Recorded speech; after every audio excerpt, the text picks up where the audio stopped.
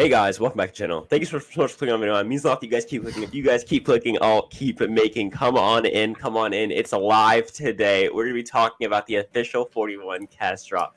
Me and Skylander are so hyped for this. We cannot wait to get this on the road. We seriously have been waiting forever. We've been looking at our phones, looking at our computers, and seeing, when is this thing going to drop? When is this thing going to drop? I mean, back me up, Skylander. We have literally been like waiting for this. Oh yeah, I mean, I was at school when it was revealed. I was at lunch looking at the cast of Survivor 41. I was so hyped. Dude, it's crazy because we've like known who these people are, but we haven't really known who's like I had no idea that David was going to be like some cold villain. Like from what I saw from him, he's just gonna be like some random dude. Like just like he just seems like just a basic white dude. Like that's just. But I guess he's like gonna be Russell Hantz now. We'll get into that later. Yeah. So it's crazy. It's crazy stuff. Yeah, we have 4 videos ready for you guys that we are going to give our reaction to. We have some leaked audio from the pregame interviews that hasn't been released yet. We have a 20-second trailer that shows the first challenge and part of the boat ride up, which is super epic, by the way. And then we also have our 2 videos that have been dropped on YouTube.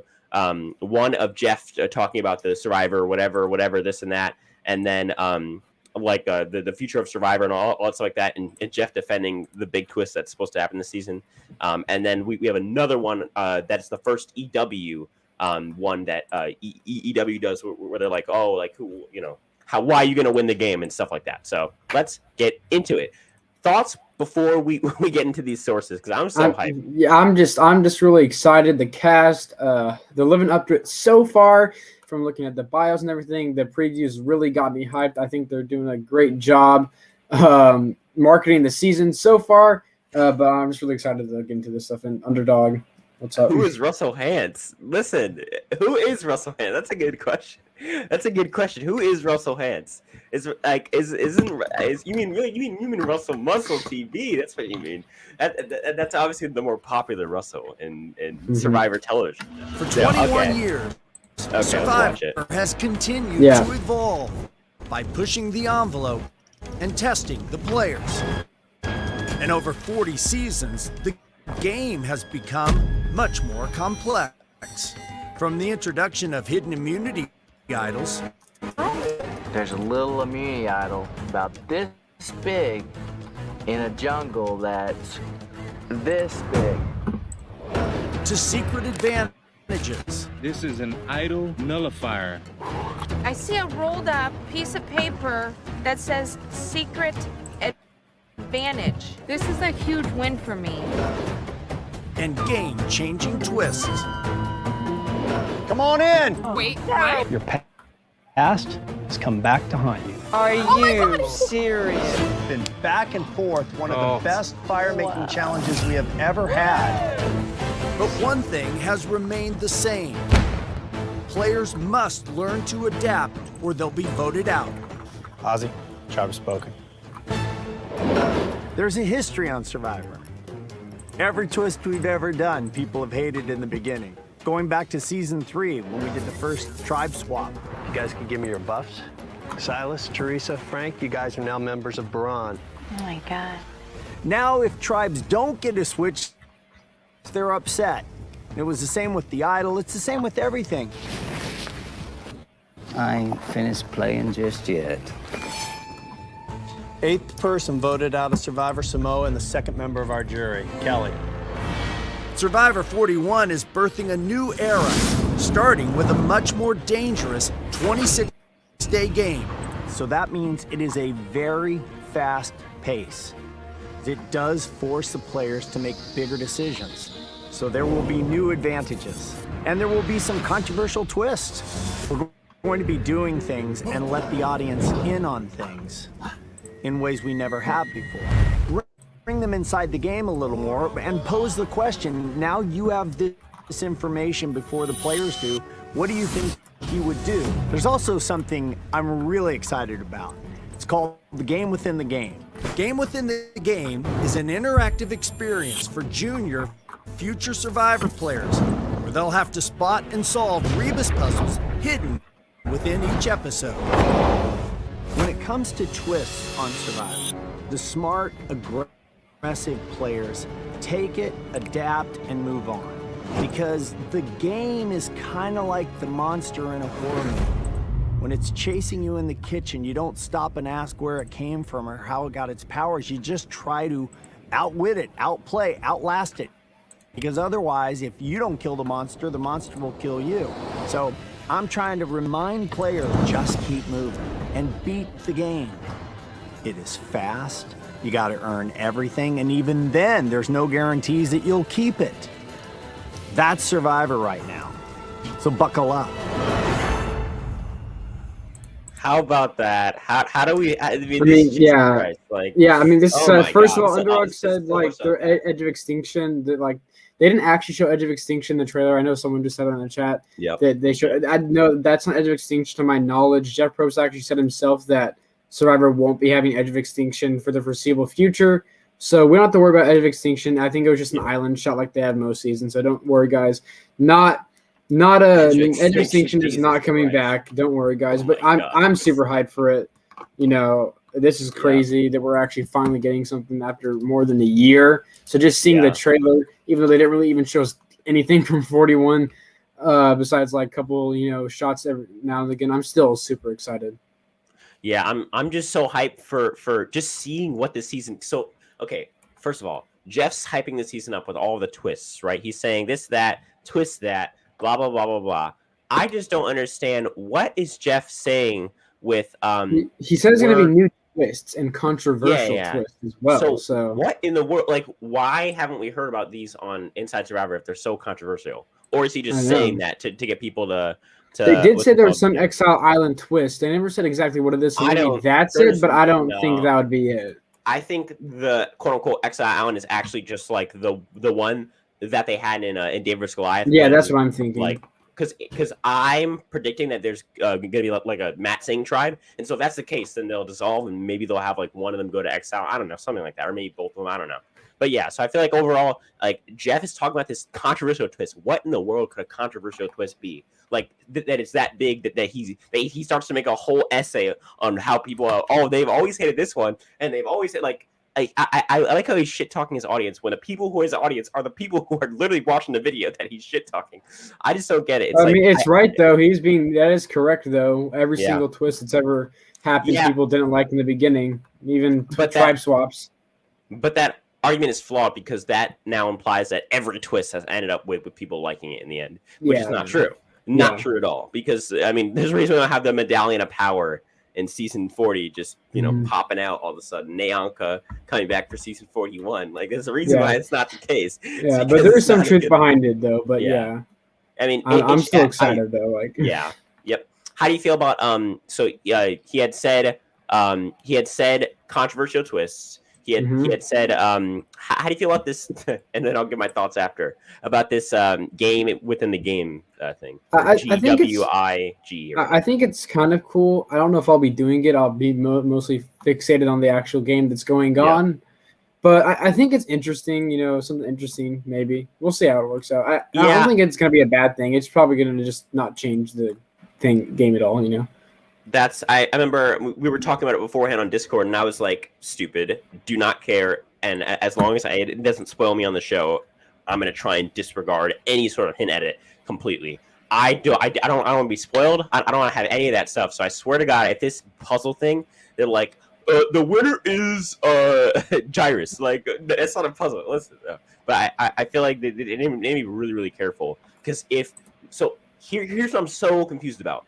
If it's supposed to be able to be solved by a kid, then why is it in the season? Because that means an adult will be able to find it out and get spoiled. So either it's not that easy, or it's not that hard. Well, I'm just so confused. I don't know if I don't think it's gonna like spoil the season, but maybe just like a little Easter egg or something. I don't know. Yeah, I'm thinking it's probably gonna be more Easter eggs than I mean, the Survivor wouldn't do that. They wouldn't spoil their own season anyway. But I'm not gonna be looking for that stuff in the TV show. So my big issue with it is that he's talking about kids. Kids need to solve this game within the game, or as I'm calling it now, the GWIG, because that's the acronyms. Yes, I coined that term. Yes, it's copyrighted.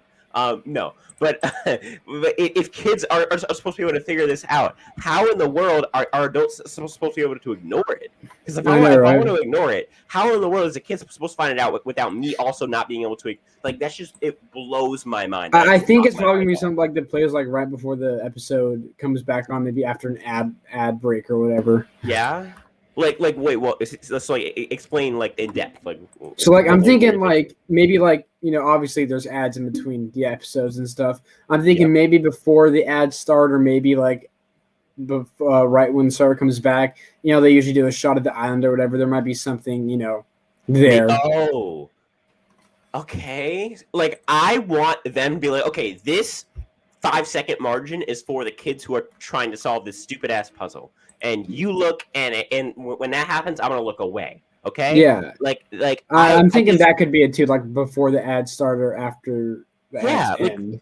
I just don't understand. And then Underdog points out. By the way, hi Russell in the chat.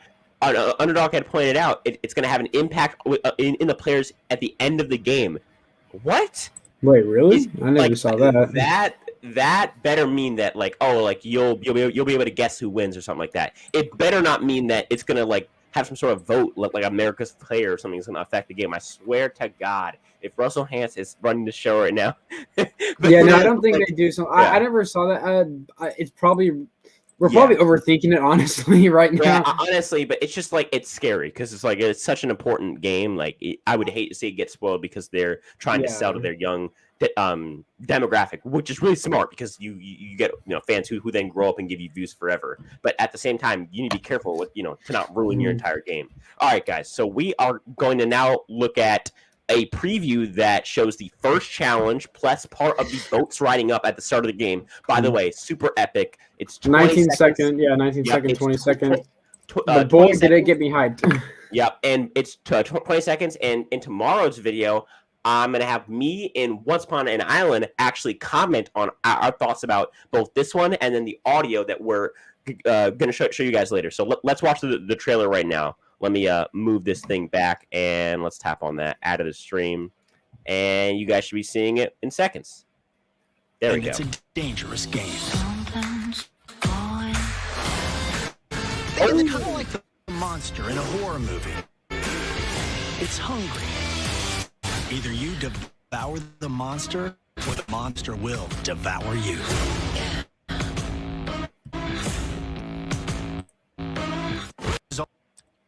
Dude, Nasir, bro, he's eating dirt right now, bro. Nasir is not doing good.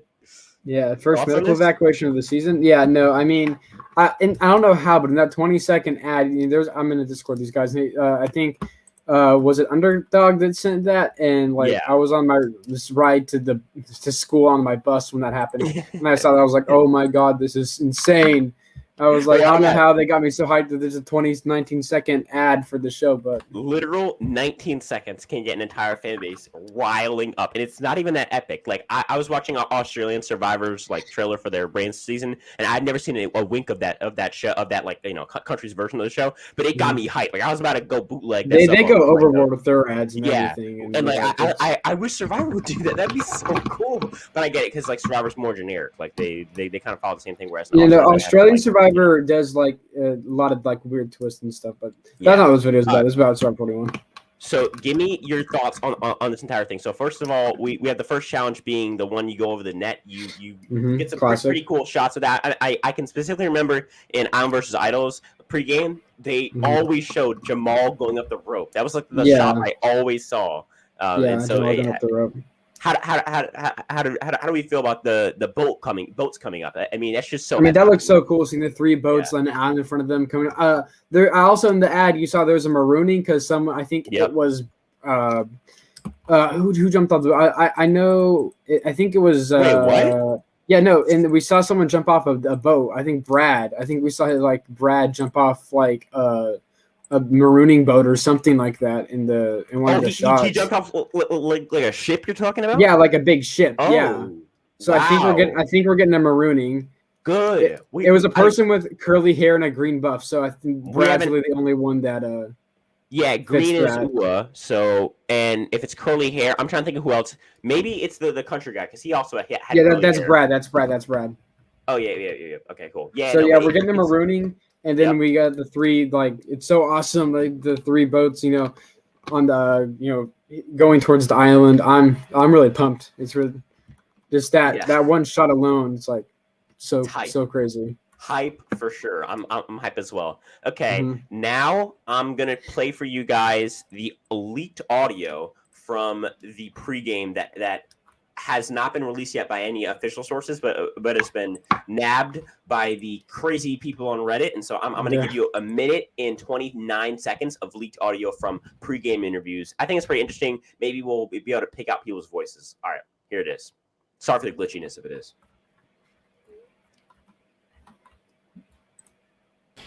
I will profess loyalty, especially in the beginning, but I will be the first to take my scalpel and stab someone in the back. When it comes to Survivor, my game plan isn't necessarily like, okay, I need to do this, throw this punch, or do this, but I have to pay attention to what people around me are saying directly or indirectly to find those opportunities to get there and to put in that massive blow. I think what's going to help me the most is the fact that I know anything could go wrong at any time, and I think just having a level head about that. But I think right now is not letting the stress get to me. Like not letting the stress and the paranoia get to me, because that stuff can creep in. I've looked at Survivor, I've looked at the different episodes, and one of the biggest factors has been, can I keep a secret and for how long? A secret is actually a mission in disguise. I want to use that secret to get to the next level of the game. So as long as the secret benefits me, it works. If I get to the end with someone that I really, really trust and I don't think I can beat, I will cut them at 6 or 5 or, whenever I can cut them, like no problem. I think this game is going to make it so that you can't just go in there easy. You got to go in there and just play hard. All right. So how do we feel about that? First reactions. I mean, I always want a cast, right, that's there to play the game. And from the audio and stuff, it sounds like the cast is here to play. I'm really excited, because if you have a good cast and if you have a good twist, you're going to have a good season. And since there's no really big twist as we know of right now, I know Jeff said there's going to be some, but we don't know right now. Yeah, game-changing, quote unquote. But since all we got is the cast right now, if you have a good cast, you're gonna have a good season. Right now, the cast is looking pretty good. I think they're all here to play, which excites me. Yep. My only worry is that the cast is good because, like, a season, like, for example, right? Just because the entire cast is there to play. Like, for example, HHH, right? So the entire cast is there to play. Like, there is no person who's like whose hero is like Fabio. You know what I mean? Like, everybody is there to play, but because it doesn't work out the right way, and the people in power just happen to be able to keep power for the first few merge votes, and get off, I believe Jessica and then Cole and then Joe Domena. Because of that, it's a kind of a very it brings the season down from like a top 10 to like a top 25 maybe. You know what I mean? So everyone can come to play, but if things don't line up well, and people in the minority can't flip it, every once in a while at least you can end up with a bad season, even though you have people that are playing super aggressively, because if the in the end it is about numbers. In the end, no matter what you have, it's about numbers. So yeah. I mean, I'm just so excited. Yeah, it's just I'm hyped for the season overall. As far as can we recreate that magic of David vs. Goliath? That's what I'm always thinking of, is can we even get close? Because in my opinion, David vs. Goliath is the best season of Survivor ever. And so if we can even get half of that, that's at least a top 20 season. You know what I mean? That's big. That's so big for me. And so I feel like overall it's a matter of, can we get to that David vs. Goliath levels of amazingness. Okay. All right. So now actually I have something to say real quick. Okay. So how like we were talking about a moment ago, like the puzzles that someone said like it'll have effect on the end game or whatever. Yep. So I'm actually reading an article right now, and Jeff Probst said the puzzles, whatever, it has no bearing on the game at hand. So we're good. Okay. It has no bearing on the game at hand. Jesus Christ. I thought for a second that if you solve the puzzle, you get to pick the winner or something. It says there's no bearing on the game at hand. So we're good. And plus, it wouldn't make any sense that America would be able to have any say in the game, because by the time it was over, I believe that they announced the winners on the island, so they wouldn't be able to change any votes or add votes depending on like America or whatever. Thank God. And so let's watch the last one. This is the biggest one for me. You get from almost everybody on the cast. I believe it's actually almost. I think it's almost. In fact, I think it's everyone. I think it is everyone. Yeah. Yeah. I think it is everyone as to why they think that they will win Survivor 41. Here we go. Sorry for the lag. It's just part of the stream.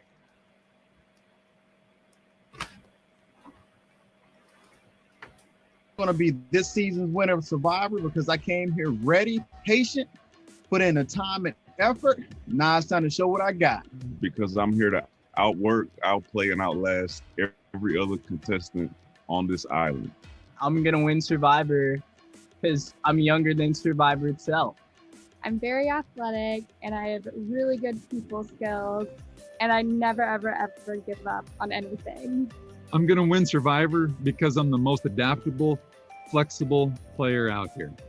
I've already demonstrated in life that I can survive. I'm here to prove that I can win. I'm going to win Survivor because I have a hyper awareness about me that not a lot of people possess. I'm hard of hearing, and so I really pick up on body language and facial expressions, and I just think I'm going to have an edge that not a lot of other people have.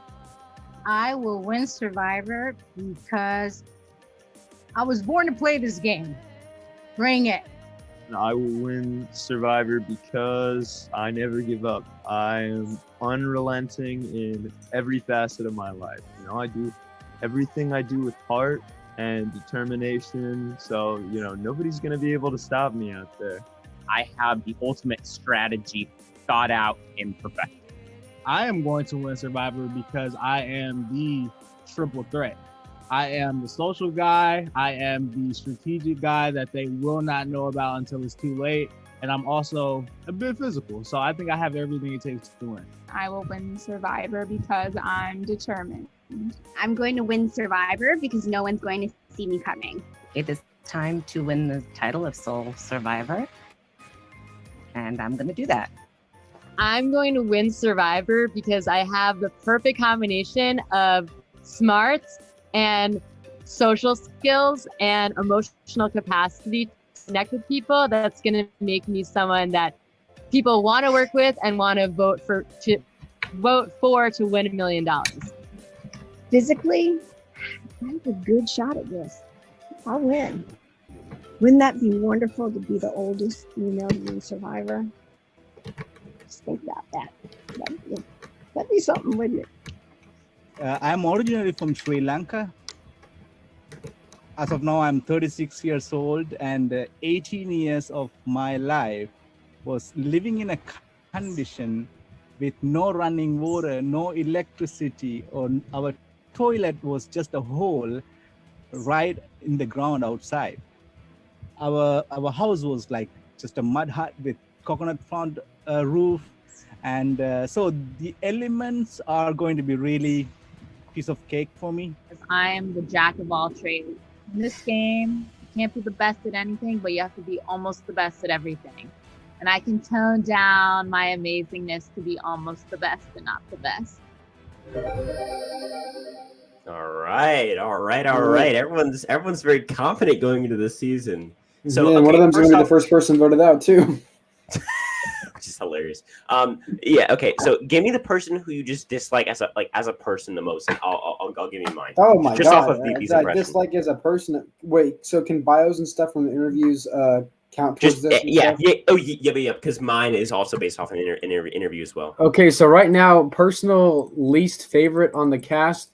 Let me make sure I get her name right. It's a girl, by the way. Is Evie Jagoda. Oh my god! Same. There must be a reason, right? There's actually a reason, probably. Okay. Maybe ours is the same reason. Oh my god! But it's the same reason. You want to go first? All right, sure. Okay. I really dislike. So it's one of those things where it's like it's fine with the way she says it, like whatever. But if the roles were reversed, it would have been like some serious havoc being played up. So she had been asked her pet peeve, and instead of saying like, oh, masculinity or like toxicness or whatever, she just said men. She just called out 51%. And then she just says, "Not all men." She says, "Men, not all men." I'm like, I'm so confused by what the statement. Dude, that's like, it made me so mad. Like, I actually like wanted to root for her because she seems like a really like decent person. Yeah. But that was just like so uncalled for, the way she said that. Because could you imagine if David, the guy who's like cold, whatever, if he was like, you know what? Oh yeah, I just hate women. women, just women. Here, Like, so let me see what she says. You want to see what she actually says in the bio? Let me read it out. Read it all the So way men, not all men. But I cannot stand machim. I don't know what that word is. Machim and mansplainers. Anything like that drives me insane. In grade school, I deal with a lot of know-it-all male energy, and it's a lot. Back when I dated men, so I guess she doesn't date men anymore. I once broke up with a guy because we were on a trip to Budapest. Okay, and he kept pronouncing it Budapest to prove how he was smart and how worldly he was. And it was the biggest turnoff. I broke up with him 30 minutes after we got back from the trip. It's so random, right? She just seems like honestly, like she seemed like a nice person, and that is just such dick move energy. Like, who talks like about people like that? First like, boot pick right here, honestly, right here. If she acts like that in the actual game, first boot pick.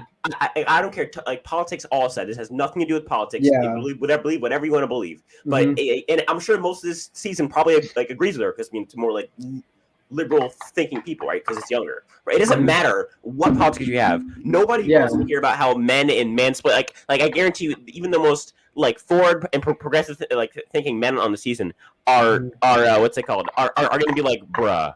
No. So if she's just out there on the island talking about that, she's like, oh my god, like, are you telling me who to vote for? You're literally mansplaining me. Like, what? Like, I feel like that would generally be her. Like, and then she also has like this game bot type of like, I just really don't like that girl. Just like the thing she says, like, I have a gut feeling. Yeah, like the thing she says, it's like they're like, it's like whatever, like, cause like I don't get personally offended by it, but then I like think about it and I'm like, dude, if the roles were reversed, that would be like so not okay to say. And so like I just really dislike Evie for that specific reason. Is there a different reason why you dislike her?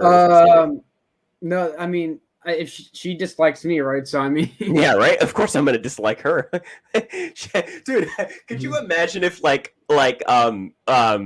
Nasir was like women? Yeah, it's like yeah, I just still like women, and also like her Twitter right now.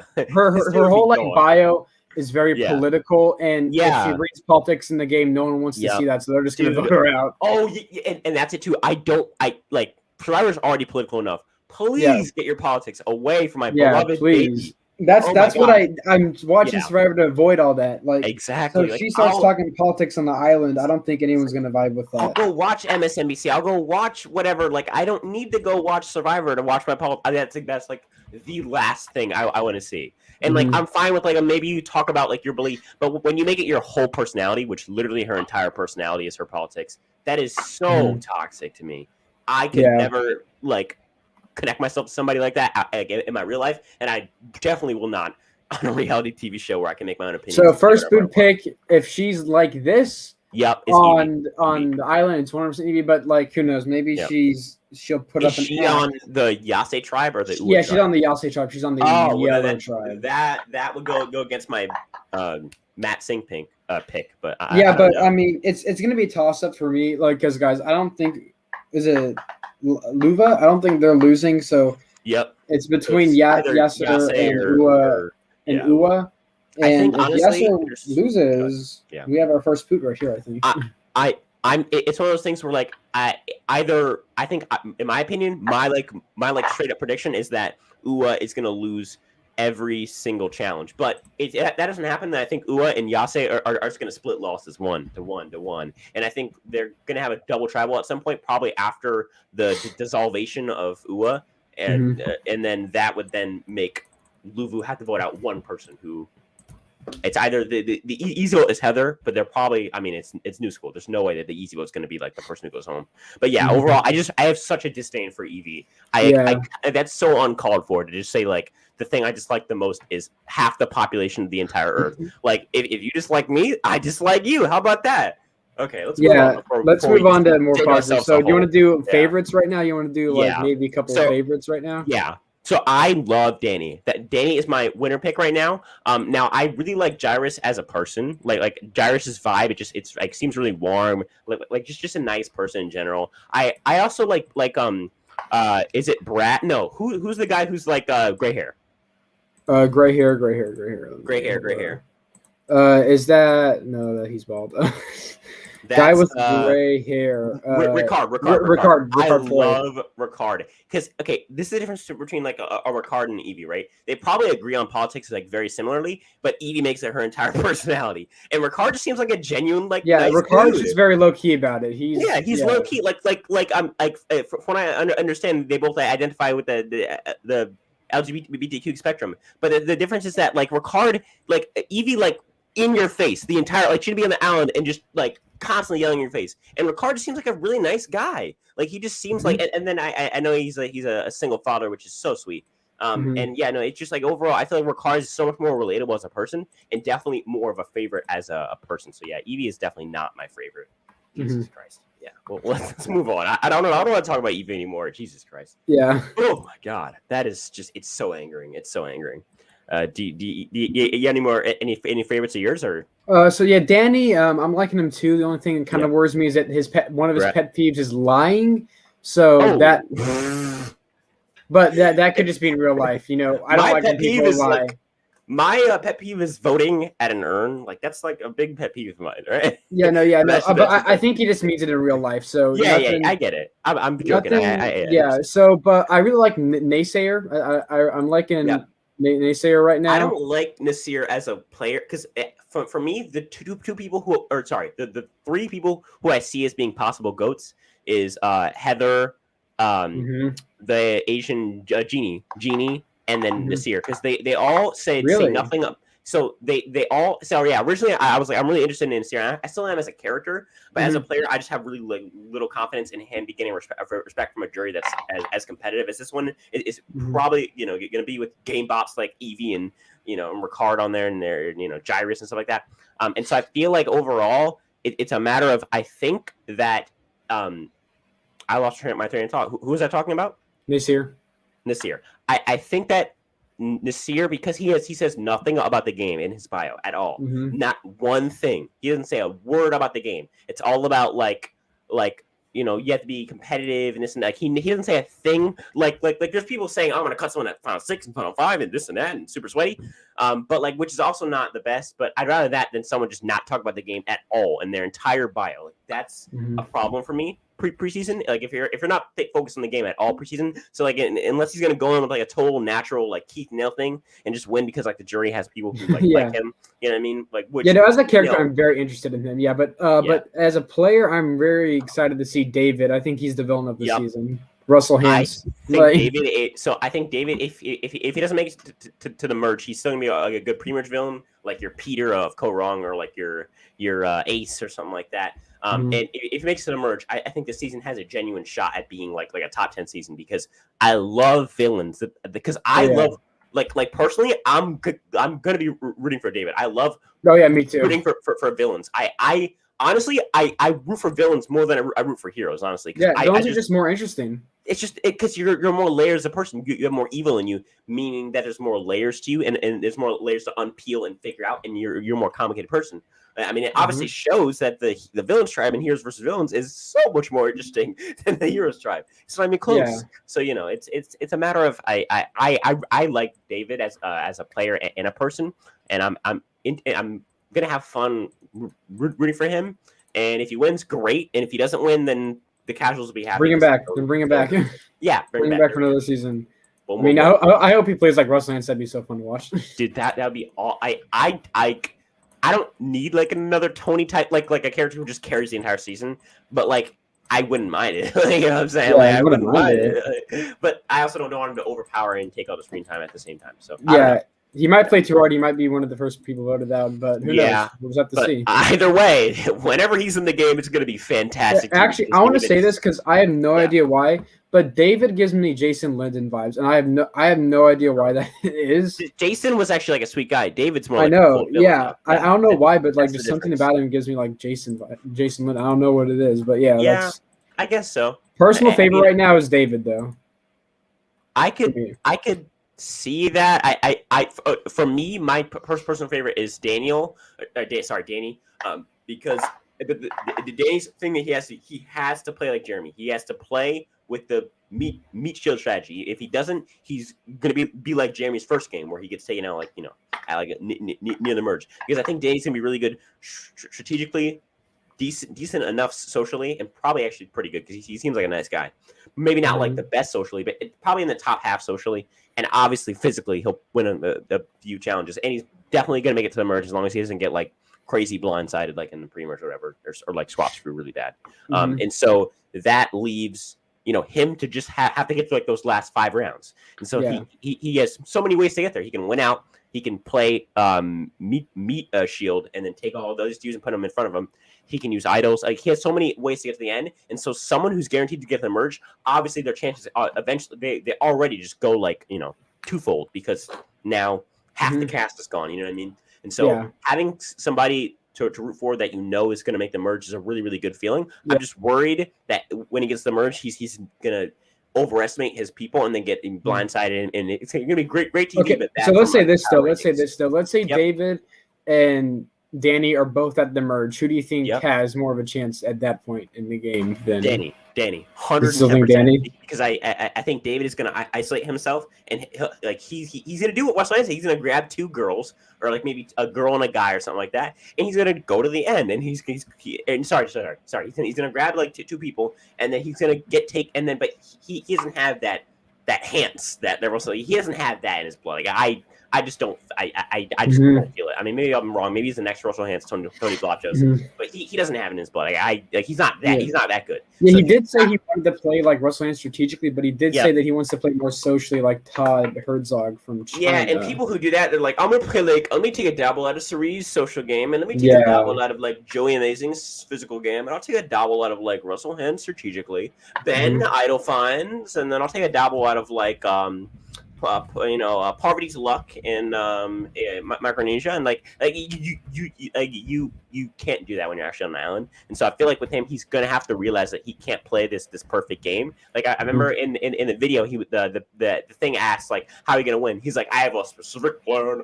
I have a plan, and it's gonna work. That answer. I never want that answer from the person who I'm rooting for. I remember Chris Underwood had said it in Edge of Extinction. Like he had gone with the plan, and it just completely fell apart. You can't go in with the plan. You have to go in with a plan on how to play, but not a plan on what you're going to do when you play.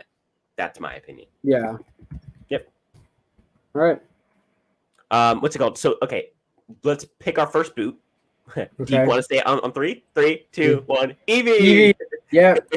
Yeah, definitely Evie. I mean, chances are she's probably not gonna be the first boot. But honestly, because I feel like she's gonna be pretty good socially with the people who click with her. Like I feel like she's gonna like Liana. Like the people who agree with her, like in her real life, she's gonna connect with, and she's gonna like X out the 2 dudes probably because hating men, and so that leaves her in a pretty bad spot. But if she can grab all the dudes on her tribe, plus I believe it's Eric is the only other guy, so I think Xander and David are gonna get like paired up, and then if Evie can bring in Eric and then get all of the women together, because I feel like that's Evie's weakness is she's not gonna be able to work with men. If you literally say you hate men on your thing, that's a big issue because half the game is men. Like just as a base player, not even as a person, that's a serious issue that you need to get over really quickly and throw your beliefs and ego to the side. If you want to win the game, you can't not work with men. Even Poverty work with men.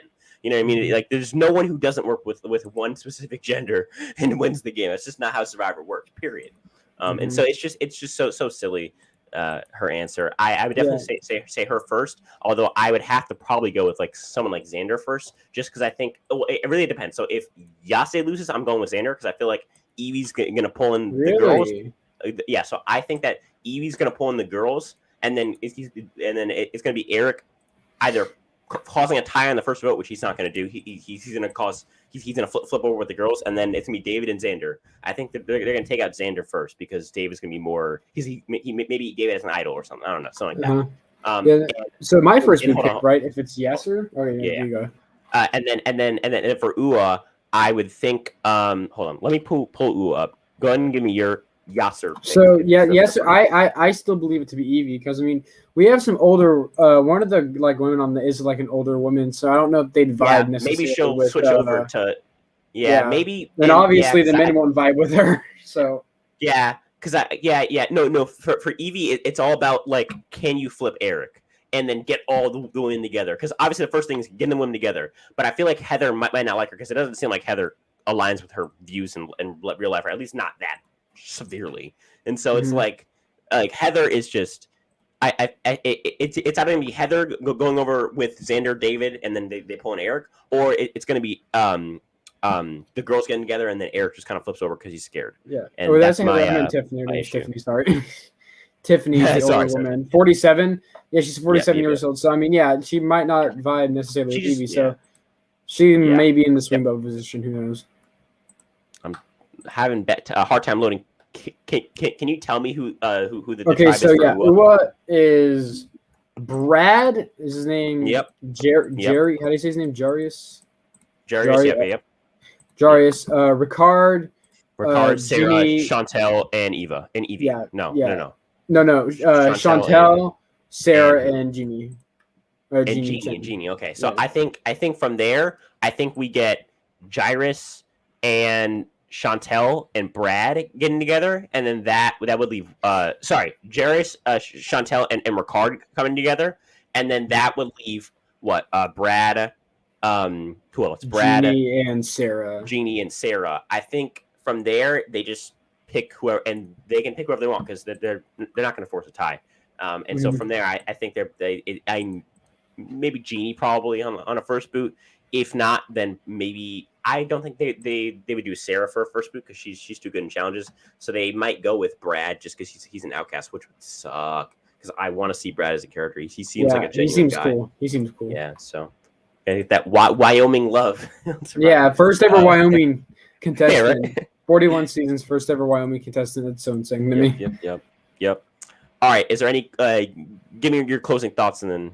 I mean, so far, besides one glaring misfire, I like the cast so far.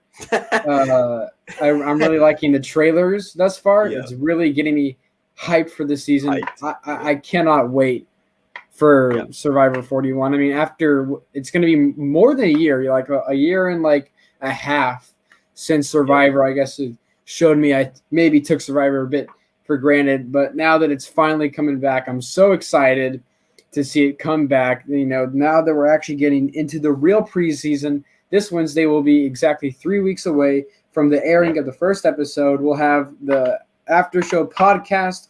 Make sure you guys watch that as well. I'm so excited for this season. I'm so excited to see Evie be voted out first. It's going to be great.